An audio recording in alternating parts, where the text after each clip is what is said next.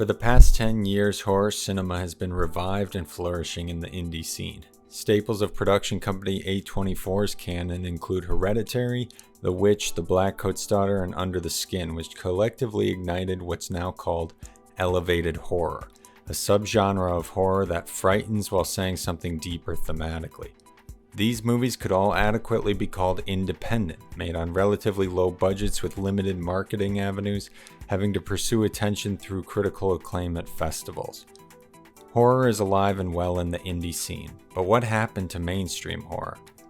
Mainstream horror used to be populated with smart and effective movies from Psycho to Halloween to Silence of the Lambs. So what happened to that? Production companies found a cheap way to make big bucks through shameless sequels, remakes, and reboots of great horror films of the past. While signs of that showed up earlier, it was really the early 2000s that doubled down on it. This push by companies to cash in on previous successes aligned with another movement that swept mainstream horror, the found footage genre.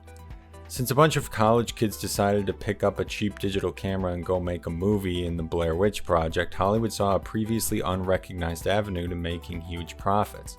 Keep production costs low while resting on the shoulders of the found footage format and reserve the money for marketing. To pile on to those two unhealthy trends, the execution of horror got lazy. Tension was replaced with jump scares and character development was replaced with stock characters awaiting a gory death. So it was that mainstream horror all but died in the early 2000s. So the question remained, can mainstream horror ever balance entertainment value with cinematic quality again? James Wan, the director of Malignant, proved in his 2013 hit The Conjuring that old-fashioned scares and horror techniques can still be used to excellent effect. While The Conjuring may have been a good example of mainstream horror, it ultimately fell victim to the same thing. Endless sequels and spin-offs leading to clunkers like Annabelle, The Nun, and The Curse of La Llorona. So The Conjuring now exists in a bloated franchise that at best is hit or miss. Then we get to Malignant, a one-off original horror story that provides the requisite scares with a sense of fun and self-awareness that proves to be simultaneously artistic and entertaining. With a killer twist and inspired direction, Malignant proves that a mainstream horror movie can still cover all the mainstream entertainment bases while taking narrative and cinematographic risks. The effective mainstream horror of old wasn't necessarily good because it was always doing something new. It was good because the familiar things it was doing were being done with a cinematic and artistic competency that made it feel refreshing and rewarding. The tricks in James Wan's bag with Malignant, likewise, aren't always necessarily new.